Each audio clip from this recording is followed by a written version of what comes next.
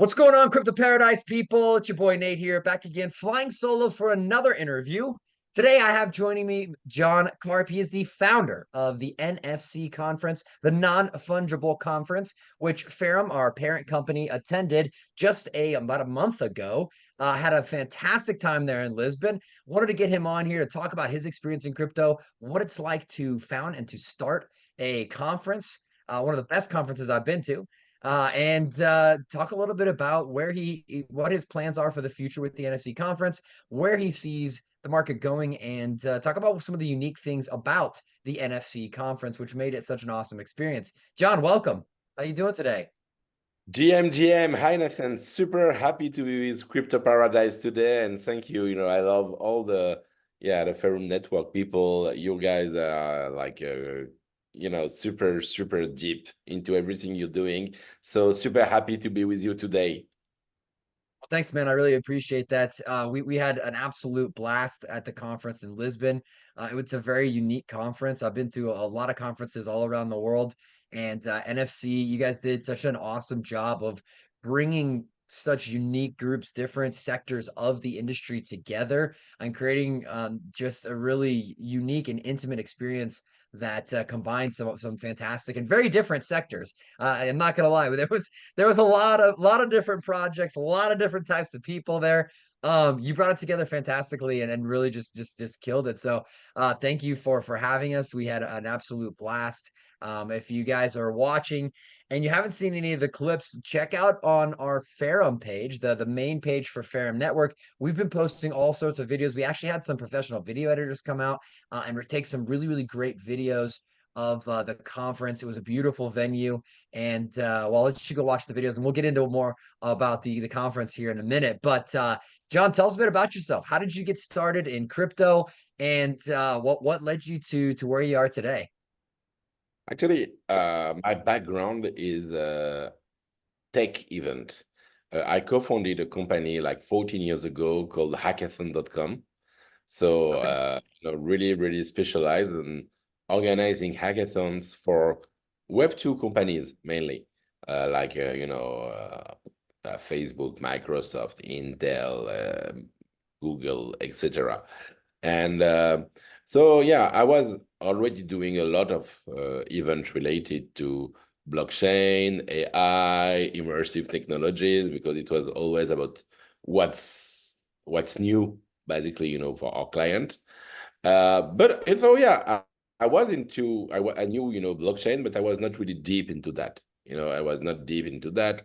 I was owning some ETH, but just because for me it was important, in my DevRel developer relation journey, I would say, but I was not super deep into that and really crazy about cryptos, until I discovered NFTs actually. And for me, actually this is really the moment, and so it's in 2020 that I was organizing actually another blockchain event, and when I was chatting with some partners, they start to show me all this other side, I would say, of the crypto world that totally resonated for me. And when I saw that, I say, yeah, this can be an enabler to touch billions of persons, and at this moment, I started collecting art, actually. And I started, actually, at the beginning, it was also as an investor. I said, okay, I have the opportunity to collect the new Picasso for $500, basically. And then, starting digging and digging, I realized that, yeah, the cultural movement was super crazy. And so I stepped back from my company and decided to work 100% into the Web3 world. And so what I did, first, actually, it was like early 2021, I started a French podcast called NFT Morning. And every day I was doing a podcast. So, actually, I'm still going ahead. We've been producing like more than 700 episodes, something like this. And Wow. yeah, and it was, I would say, maybe the good moment. I wrote a book also about NFTs at this moment, and all of this together, I started to have a group, a community of people that I've been onboarding into the NFT world. Artists, collectors, investors, entrepreneurs. And all these people helped me to create, two main projects. One is in Paris called the NFT Factory, that is a hub basically dedicated, to discover, exhibit, and see NFTs. And the other one is NFC in Lisbon, so NFC Summit, with this idea of doing an event that is, yeah, I love I love the space. I love all the tech event, and I love all the dev event. I've been organizing dev event, for 15 years almost. And, when I was going, for example, I will go to HCC in Brussels in 2 weeks, and I love that. But actually, when I was going to this kind of event in 2021, I felt like, that, yeah, my community, people who are discovering art, fashion, gaming, PFPs, meme culture, all these people, were not really represented in traditional developer and DeFi conferences.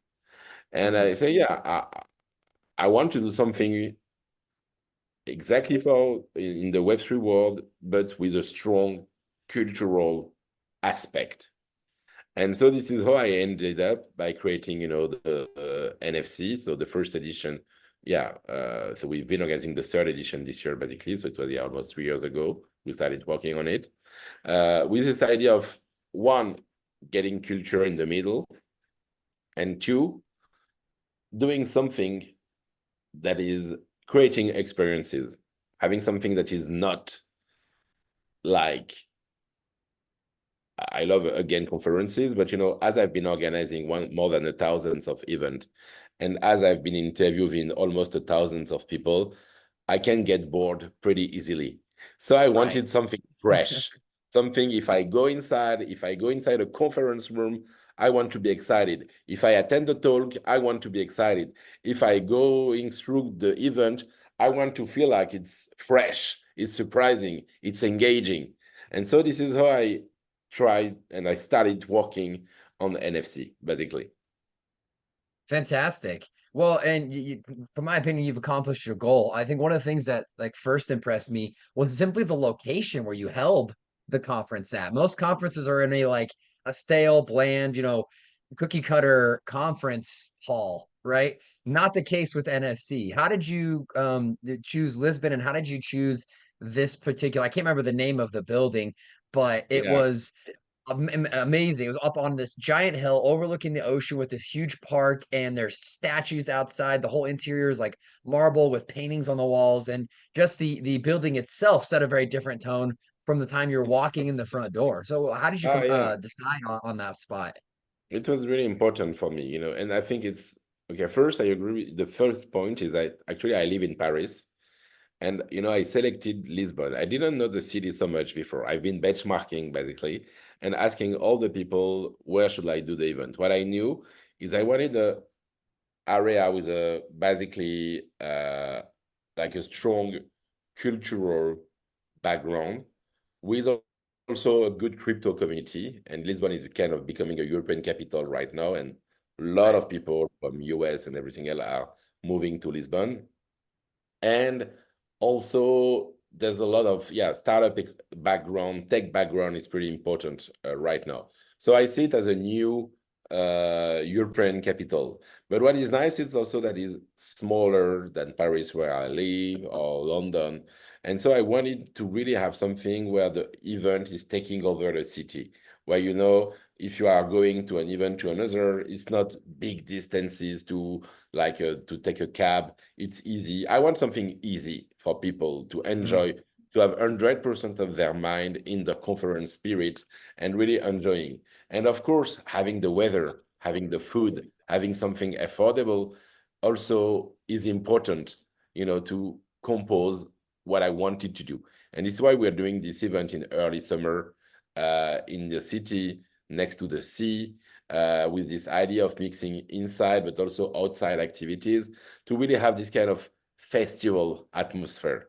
And so, by combining all these criteria, yeah, Lisbon appeared to be really interesting city. And you're right, this Palacio, this big venue called the Pavilion Carlos Lopez, was also resonating with what we're organizing because, yeah, as I told you, my background is event organization.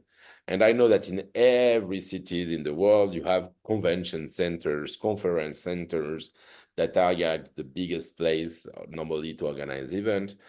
That are most of the time the most convenient one also because, you can do whatever you want. But, you know, yeah, for me, I really wanted to create something like, give a coloration, a vibe to the event. And venue is super important for that. And this is why, yeah, actually this building is like one of the most famous in Lisbon. It's classified, and every people in Lisbon know where it is, and it's in the very center of the city, in the middle of kind of this Lisbon Central Park, even if it's much smaller. And so Right. yeah, it's bringing also, it's really part of the atmosphere, and this is why next year we will do it also in the same venue. Fantastic. Well, it is a gorgeous venue, and you did a fantastic job cultivating that kind of festival spirit, that festival vibe. Out the back, you had all of the food trucks and where they were serving water and beer, and you had music going out there. There was the gently used Honda Civic out there. People were constantly coming in and out, chatting, drinking, listening to music. Like it wasn't the kind of typical stale feel you get when you go to a conference where you walk in the front door and you just kind of make your loop up and down the aisles, looking at different booths, grabbing t-shirts, and then you get out and you go to a side event. Like people were actually interacting with the booths. There was a lot more than just kind of come get a t-shirt and go feel there. There was performances. There was, I mean, the main stage was super cool. You had people there. You had a couple different artists coming through doing, live art. You had musicians there. You had a crypto comedian magician. Like it was a really, really unique and fun experience. I think everybody that came walked away saying, yeah, this is definitely a conference I would come back to. Not only it was a lot of fun, we got a lot of value out of it too. You had very legitimate and serious projects there. We made amazing connections while we were there and had an absolute blast doing it. Yeah, no, thank you very much for this, Nathan. And this is really what we want to do. What is important, as I mentioned, is like experiences. And I mean, we live in a digital world. And for me, at the moment you are doing, I started this reflection actually. I was at in a conference, and you had one of the speaker of the conference who was not here. So people were in the conference room watching to a screen with someone talking to a Zoom talk. And in my mind, I was thinking, wow, you know, the experience that I am having on site is literally, worst is not, yeah, basically it's much better to have this experience if I stay at home on my laptop at the end of the Right. day. And so I was, I've been at those conferences. yeah, no, but okay, no, I don't want to criticize, and I've been doing this also, I mean, that's fine. But I mean, at the end of the day, all the reflection for me is at the moment you are bringing people from all around the world to go and to give you the honor to come to your event. Try to, you know, to make it, full of words for them.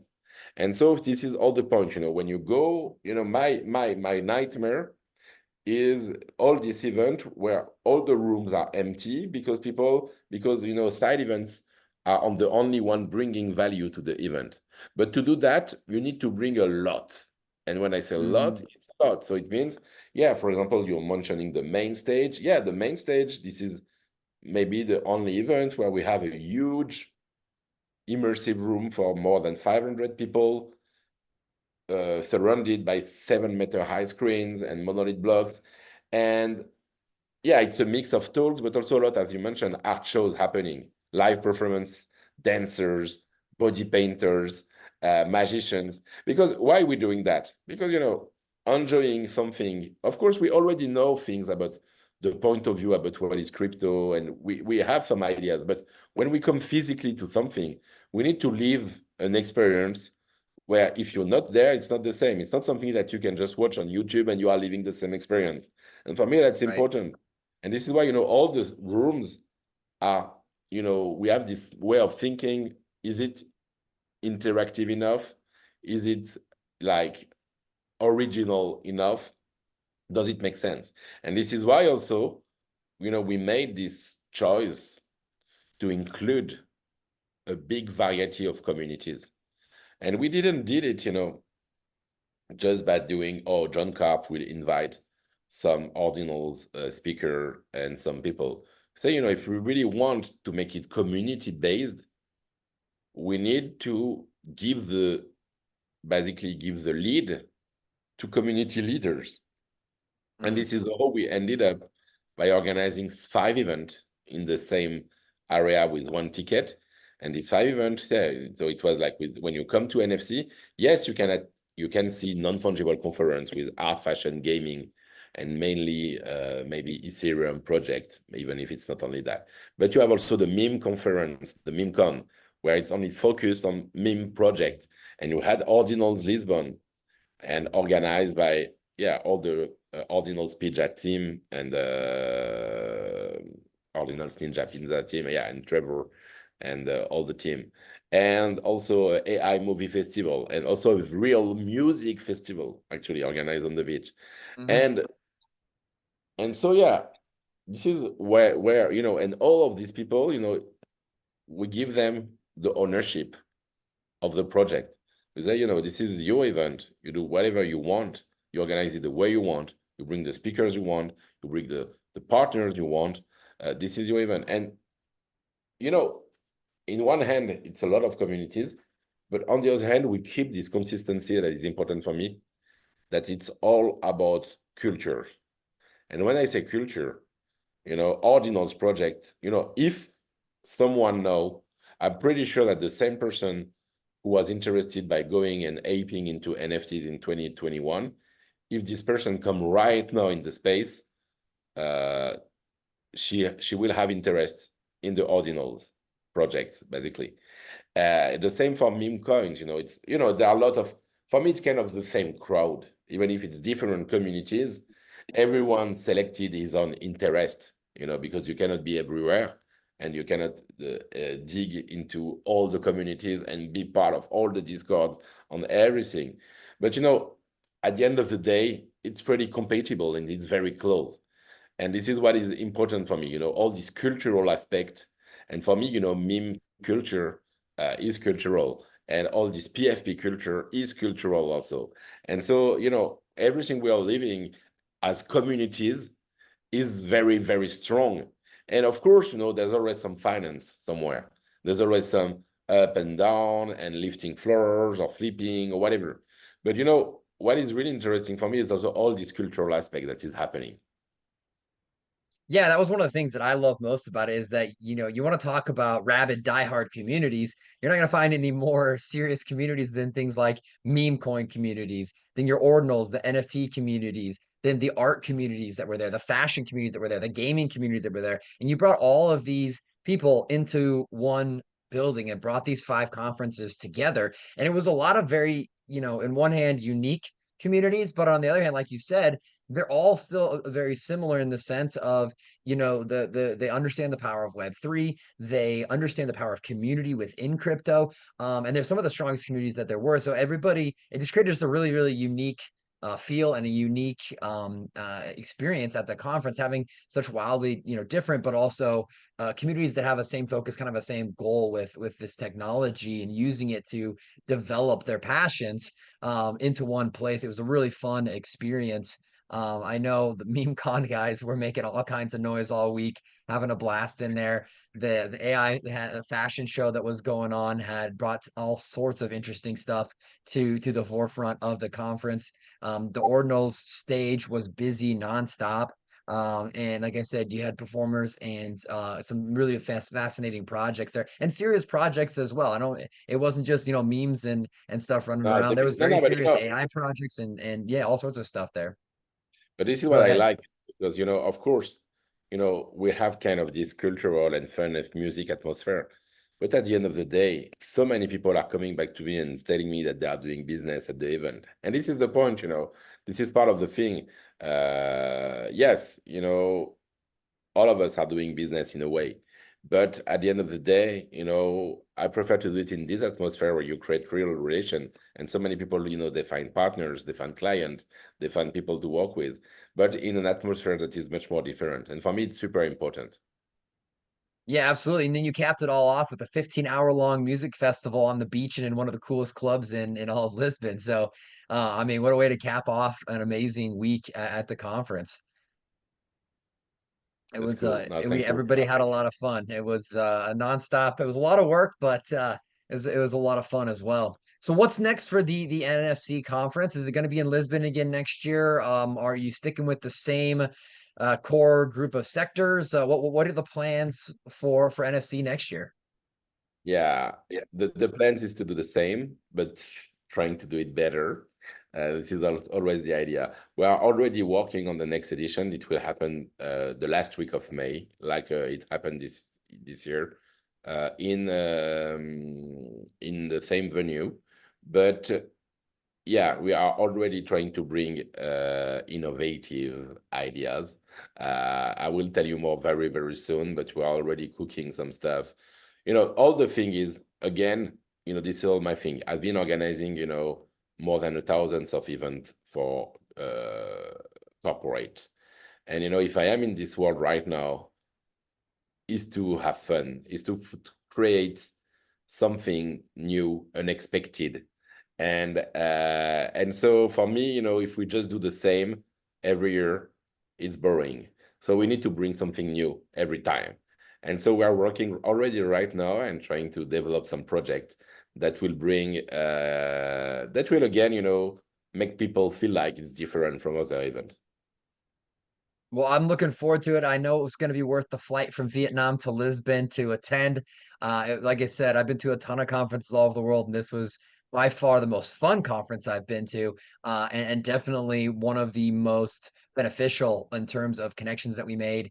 And Farron, the whole entire team, absolutely was very grateful that we were able to host the Ordinals Lounge there. And like I said, we felt like we really accomplished a lot, learned a lot and had a lot of fun doing it. So, John, thanks again for letting us take part in it. Hopefully, we can be a part of it again next year. Thanks for joining us here today. And yeah, any final statements, any closing statements for our audience? Yes, no, thank you very much, Nathan. I would just say let's fucking go. And I'm Absolutely. super excited because also I'm pretty sure that next year we're gonna have a crazy year actually. And I'm pretty sure that the market will be super crazy. And it's good, because we've been working the last 2 years, especially, we've been we've been building and building. And now we start to see that it's becoming much more interesting for everybody and much more Yeah, attractive. So I'm super excited about it. absolutely. Where can people find out more about the NFC conference? Where can they follow you on social media? I think the easiest way is just on Twitter, NFC Summit on Twitter, and then you have all the links available and you can follow everything. Fantastic. And how about you personally? You want to give a shout out to your own Twitter as well? Sure, yeah, John Karp on Twitter. Feel free to follow me Fantastic. and send me a DM for anything. I will do my best to answer. Cool. We'll get them all linked up down below in the comments, or not the comments, in the description on the video, on YouTube, on Twitter, all the spaces. We'll link it on Telegram and send it out to the Crypto Paradise crew. John, man, thank you so much for an awesome experience in Lisbon. You were not one of the kind of founders that offloads it all into his crew and walks away. You were there every night, 2, 3, 4 a.m., making sure everything was getting set up, making sure everything was running smoothly. We didn't get any sleep that week. We were hustling, and you were right there with us the entire time. So love that you put the blood, sweat, and tears behind this. Your passion really shows through in the conference. You knocked it out of the park. And thank you for joining us here on Crypto Paradise, man. Thank you very much, Nathan. It was an honor for me and see you very, very soon. Awesome. Crypto Paradise fam, that's another one in the books. That's it for me today. And remember, if it's not your keys, it's not your crypto. So stay safe, who out there. Swag me, baby.